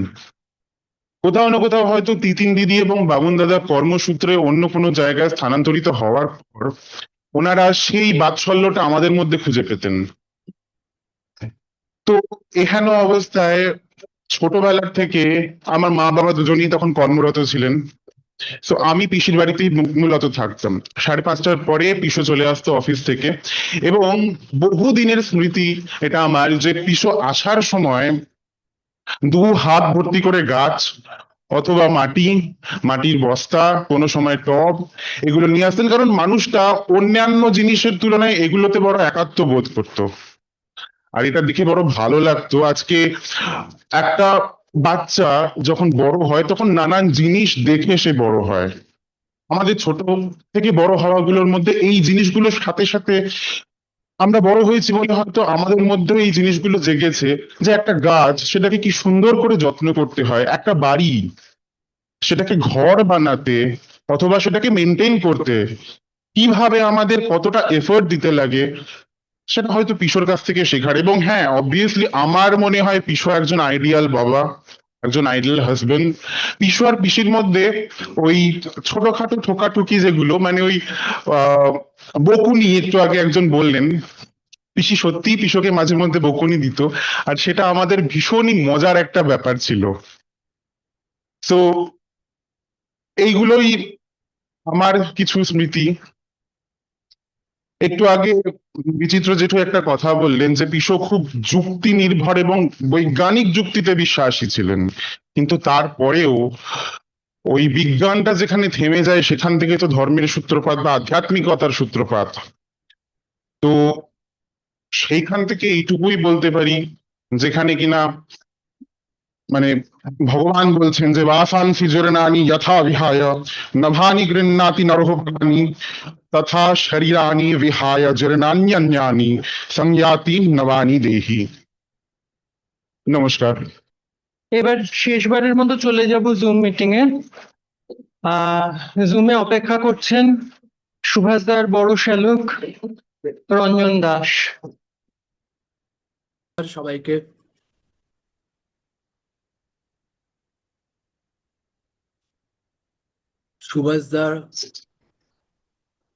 সুভাষদাকে মানে বলার মতন সত্যি কথা আমার মুখে কথা জোগাচ্ছে না। সুভাষদা, আমি একদম প্রথম একটা কথা বলি, গল্প করি। আমার বোন আছে ওখানে, তো Anjana,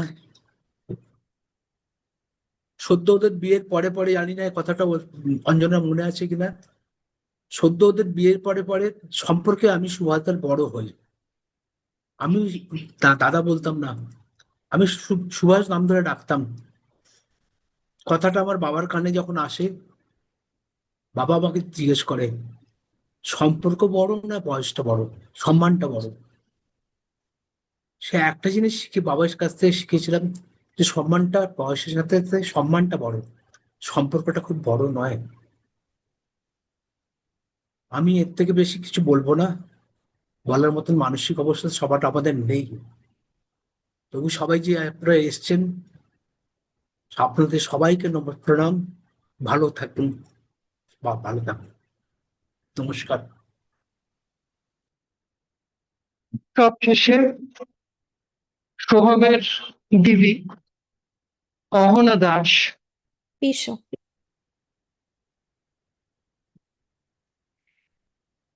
I didn't want to do this. আমার এটা লিখতে ইচ্ছে করছিল না। I know why my বাবা didn't want to speak either. আমি জানি কেন বাবাও পিসোর কথা বলতে চাইছিলেন না। It is impossible to sum up a whole human being in a couple of sentences.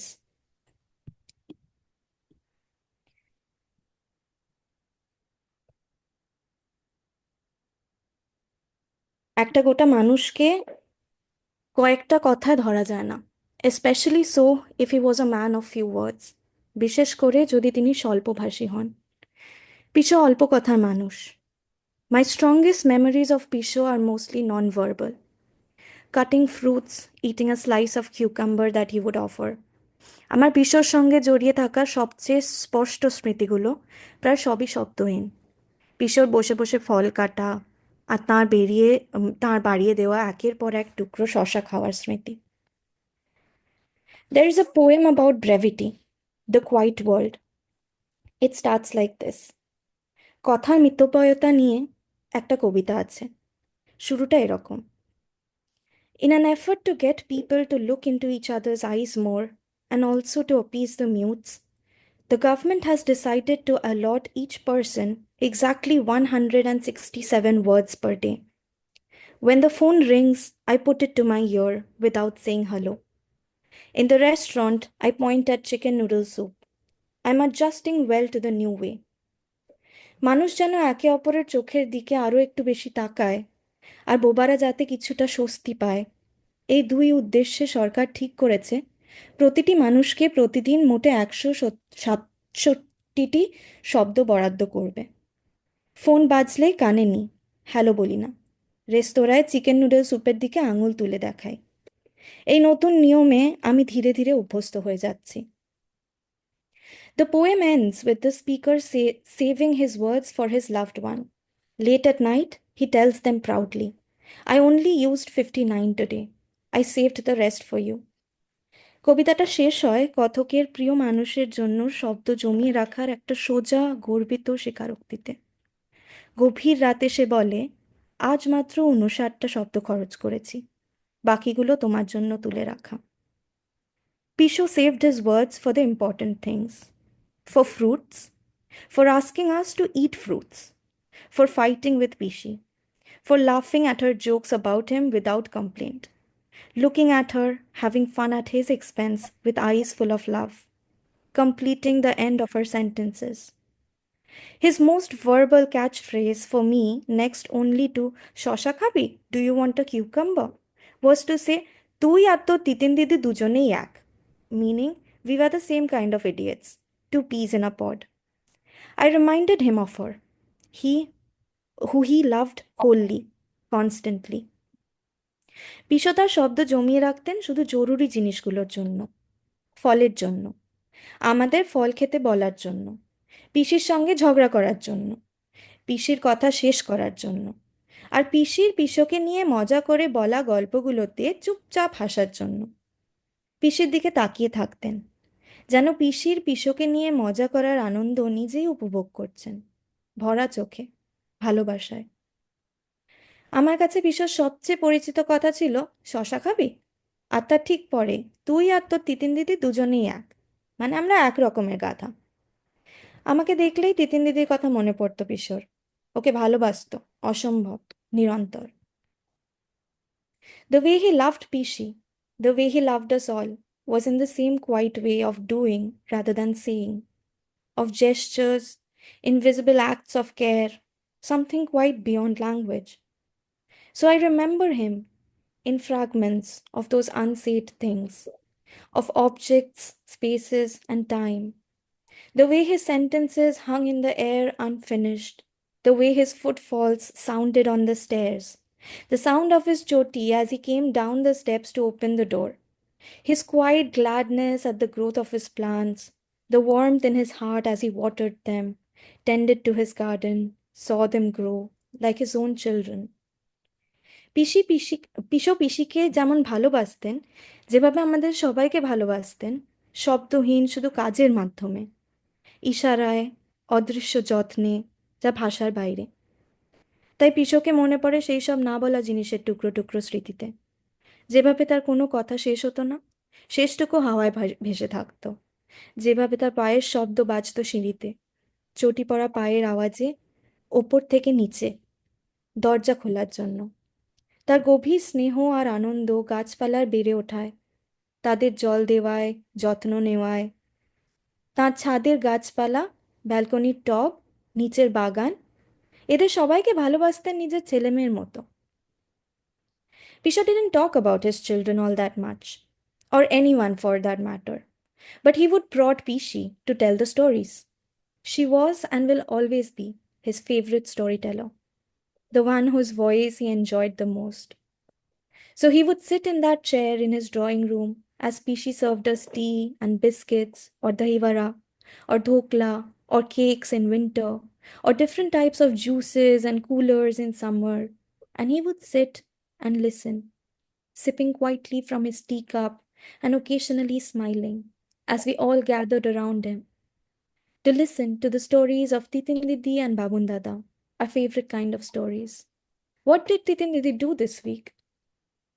পিসা নিজের ছেলে মেয়েদের নিয়ে বা কাউকে নিয়েই খুব একটা কিছু বলতেন না, কিন্তু পিসিকে ঠেলতেন গল্পগুলো বলতে। পিসি ছিল, থাকবে তার সবচেয়ে প্রিয় গল্পকথক, যার গলা শুনতে পিসোর সব থেকে বেশি রাগ হতো, আবার ভালোও লাগতো। তাই পিসো বসে থাকতো বসার ঘরের সেই চেয়ারটায়, আর পিসি আমাদের জন্য বানিয়ে আনতো চা বিস্কুট, কখনো দই বড়া, কখনো চিড়ের পোলাও কিংবা ধোকলা, শীতকালে কেক, গরমকালে রকমারি জুস বা ঠান্ডা শরবত। আর পিসো বসে চুপচাপ চা খেত, মাঝে মাঝে চায়ের চুমুকের আড়ালে হালকা হাসতো আর শুনতো। আমরা সবাই ওদের চারপাশে জড়ো হয়ে শুনতাম তিতিন দিদি আর বাবুন দাদার গল্প, আমাদের সবচেয়ে প্রিয় গল্প। আজ আবার তিতিন দিদি কি করলো? His eyes twinkled, his lips curled up, and silently he sat with the gladness of someone well loved and loving, full of happiness, joy, and warmth for his family and loved ones. Nothing is better than to live a storyless life that needs no writing for meaning. When I am gone, let others say they lost a happy man, though no one can tell how happy I was. চোখ দুটো ঝিলমিল, ঠোঁটের কোণে মুচকি হাসি, আর একরাশ শান্তি আর আনন্দ নিয়ে চুপচাপ বসে থাকতো বিশু। ভালোবেসে আর ভালোবাসায় ভরপুর, পরিবারের আর আপনজনেদের জন্য ভালোবাসায় ভরা, হাসি খুশি উজ্জ্বল এক মানুষ। একটা গল্পহীন জীবনই সবচেয়ে ভালো, যে জীবনের মানে বোঝাতে আলাদা করে কিছু লিখতে হয় না। আমি চলে গেলে অন্যরা শুধু এটুকু বলুক, তারা একজন খুশি মানুষকে হারিয়েছে। এত সুখী যে কেউ বলতেই পারবে না ঠিক কতটা খুশি ছিলাম আমি।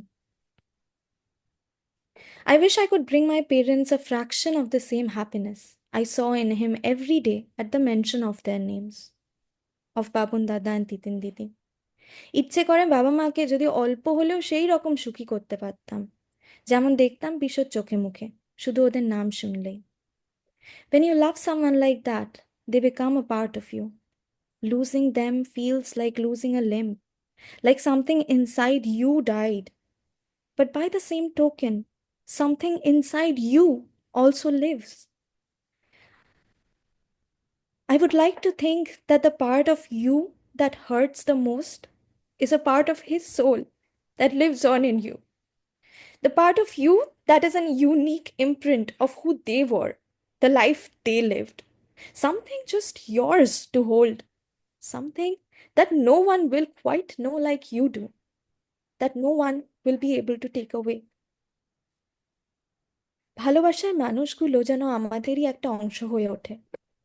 তাদের হারালে মনে হয় নিজের একটা অঙ্গ হারানো, যেন নিজের মধ্যে কিছু একটা ধ্বংস হয়ে যায়, কিন্তু একই সঙ্গে কিছু যেন বেঁচেও থাকে।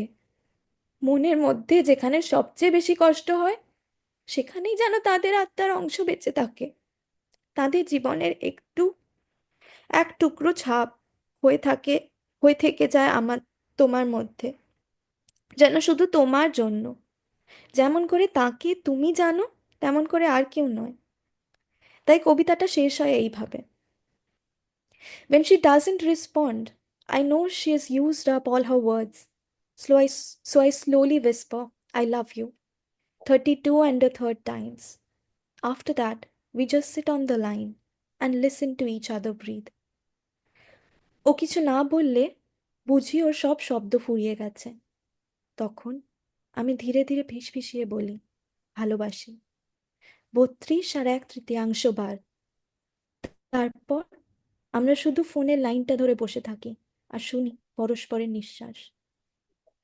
When a person like Pisho leaves, it is like the sand beneath the rock, the shade beneath the mighty banyan tree, which, in its absence, leaves behind a huge empty space, a vacuum, a giant crater of absence, a silence that is so loud.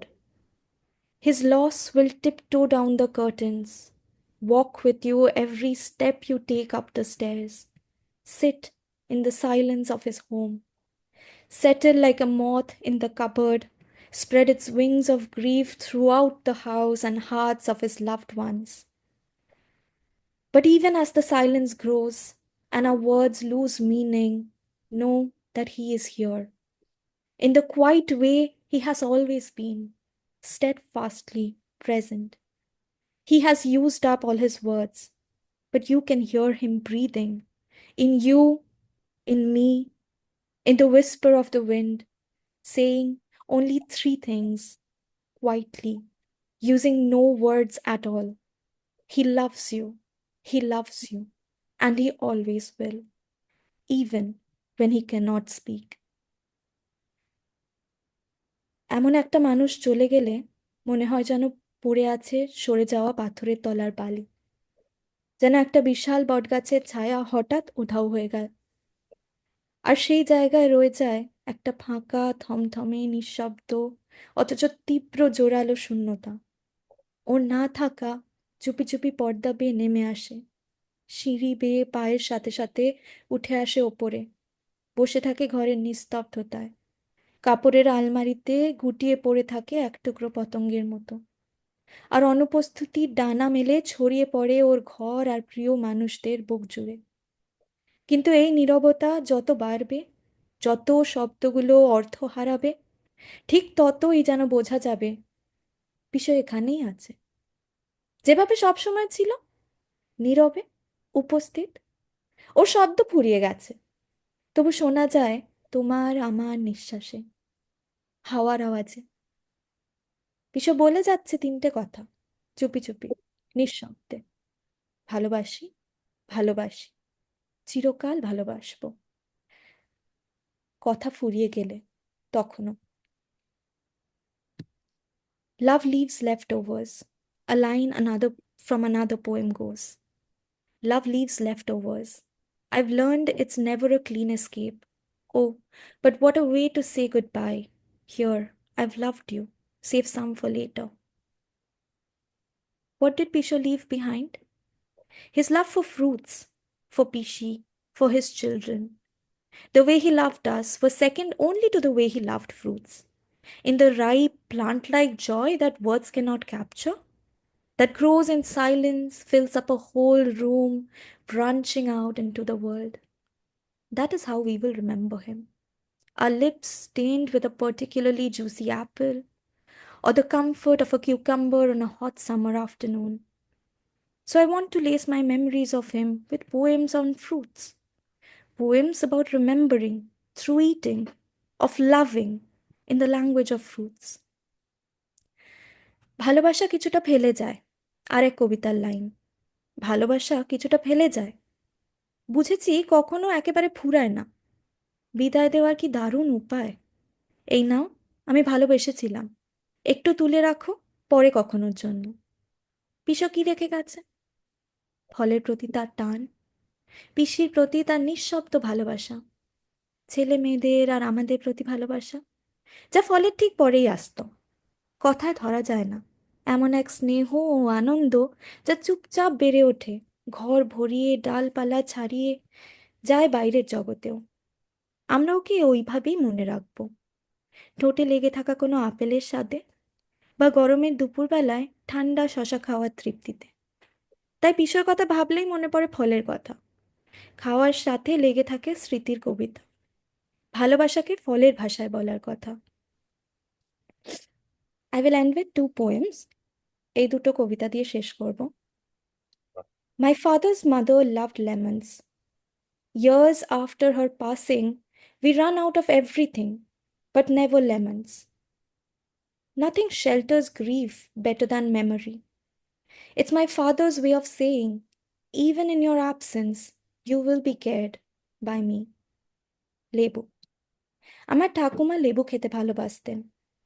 অনেক বছর হয়ে গেছে উনি নেই, তবু আমাদের রান্নাঘরে মাঝে মাঝে সব কিছু ফুরিয়ে যায়, কিন্তু লেবু কখনো ফুরায় না। শোককে স্মৃতির থেকে ভালো বোধহয় কিছুই আগলে রাখতে পারে না। এভাবেই বাবা যেন বলেন, তুমি না থাকলেও তোমার যত্ন করব আমি। The stolen orange. When I left, I stole an orange. I kept it in my pocket. It felt like a warm planet.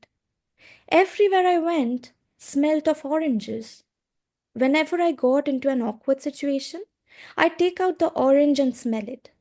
And immediately, on even dead branches, I saw the lovely and fierce orange blossom that smells so much of joy. When I went out, I stole an orange. It was a safeguard against imagining there was nothing bright or special in the world. Pisho will remain in my heart, like a small slice of orange packed with a pocket full of love. Thank you.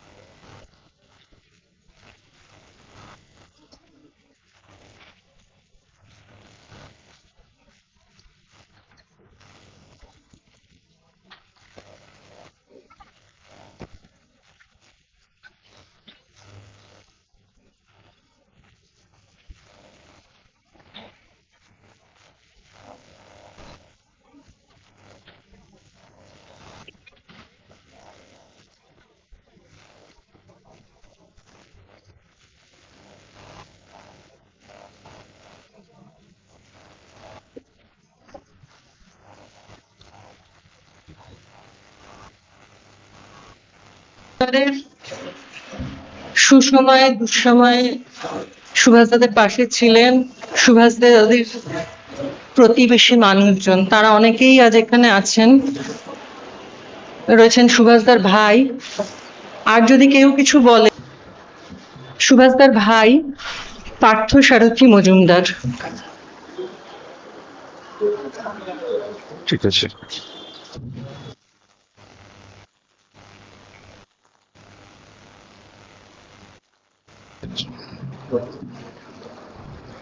নমস্কার, আমি সুভাষ চন্দ্রের ভাই, মামাতো ভাই। সুভাষদার সঙ্গে সম্বন্ধে বলতে গিয়ে আমার নিজস্ব ভেতর থেকে একটা শিহরণ জেগে উঠছে, কারণ ছোট থেকেই আমি সুভাষদার কাছে পিঠে সবসময় ছিলাম। উনি যখন 1965-এ বাংলাদেশ থেকে প্রথম যখন এলেন, 65 পরে আমাদের বাড়িতেই ছিলেন। ওখানেই পড়াশোনা করতেন। আমরাও ওনার সঙ্গে সঙ্গেও ওনার সঙ্গে খেলাধুলো করতাম। আমরা ছোট ছিলাম খুবই ওনার থেকে, তাহলে উনি সঙ্গীতের সাথে সাথে আমরা ঘুরতাম। আস্তে আস্তে আমরাও বড় হচ্ছি, উনিও হচ্ছেন। উনি 1969-এ বোধহয় খুব সম্ভবত বারাসাতে চলে আসেন ওনার দাদার বাড়িতে। তারপর থেকে আমরা একটু ডিস্টেন্স হয়ে গেছিল, তো যাতায়াত, ছোট ছিলাম তো তখন যাতায়াত করতে পারতাম না সব সময়। পরে যখন আর একটু বড় হয়ে গেলাম, উনি চাকরি পেলেন, উনি ধানবাদ চলে গেলেন, ইয়েতে ডিবিসি চাকরি পেলেন উনি মাইথন চলে গেছিলেন। তো সেইখান থেকে ওনার টানে টানে আমিও চলে যেতাম মাইথন, সব সময় ওনার কাছে থাকতাম ওখানে। এইভাবেই ওনার সঙ্গে কাটিয়েছি, মানে যখনই ছুটি পেতাম তখনই চলে যেতাম। উনি মানে আমাকে নিয়ে সবসময় থাকতেন। তারপর আস্তে আস্তে বড় হলাম, বিয়ে হলো ওনার, উনি চলে গেলেন। উনি ফিরে এলেন, বারাসাতে ছিলেন। কেন আমি ঠিক সেভাবে বলতে পারছি না কথা, কেন আমার নিজের খুব কষ্ট হচ্ছে। আমি ভাবতে পারিনি যে উনি মারা যাবেন এইভাবে হঠাৎ করে। প্রায় আসতাম বারাসাতে ওনাকে দেখতে, বৌদির সঙ্গে কথা বলতাম, বৌদি অনেক কিছু বলতো, শুনতাম, হাসতাম, এইভাবেই চলতো। আর ওনার সম্বন্ধে বলার কিছু নেই। উনি যে মানুষ ছিলেন, একদম মানে সোজা সাপটা কথা বলতেন, কাউকে রেয়াত করতেন না। উনি স্ট্রেট কাট বলতেন, এবং ওনার মুখের মধ্যে একটা হাসি লেগেছিল সব সময়। সে হাসিটা দেখলে মনে হবে, কারণ যেদিনকে উনি মারা গেলেন সেদিনকেও আমরা দেখছি শ্মশানে উনি যেন হাসছেন, ওই হাসিটা মুখের মধ্যে ফুটে আছে। সেখানে তিতিন বলছে বাবা হাসছে, দেখো বাবা হাসছে। আমরা বলছি হ্যাঁ, উনি সবসময় হাসার, মুখটা এরকম হাসি হাসি। কিছুতেই মানতে পারছে না মেয়ে তিতিন, আমাদেরও কষ্ট হচ্ছে। ও বলছে বাবার প্রাণ আছে। আমরা বলছি যে নারী এরকম হয়নি, মারা গেছে, আছে। আমরা কেউ তাকিয়ে দেখছি, হ্যাঁ মনে হচ্ছে নড়ছে। ও বলছে না, বডিটা কাঁপছে। আমরাও যেন ভাবছি কাঁপছে, কিন্তু মেনে নিতে পারছি না। তারপর ওকে অনেক করে বোঝালাম, দেখালাম শরীরটা ঠান্ডা হয়ে গেছে, দেখ বাবা কষ্ট তো হবেই। তাই ওনার আত্মার শান্তি হোক আমরা চাই।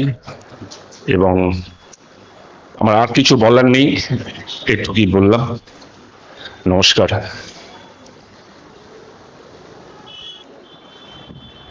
আর কেউ কি কিছু বলবেন?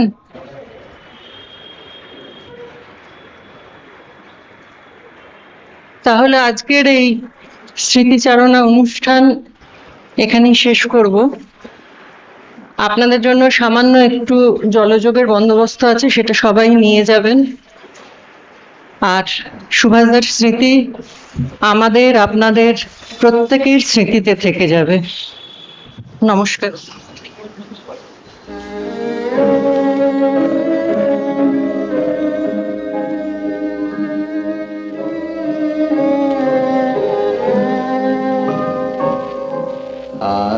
আছে দুঃখ, আছে মৃত্যু, বিরহ দহন লাগে, তবু শান্তি, তবু আনন্দ, তবু অনন্ত জাগে।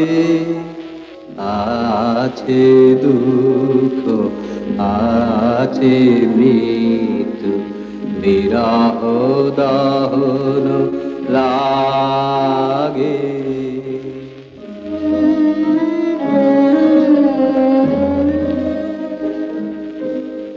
তবু প্রাণ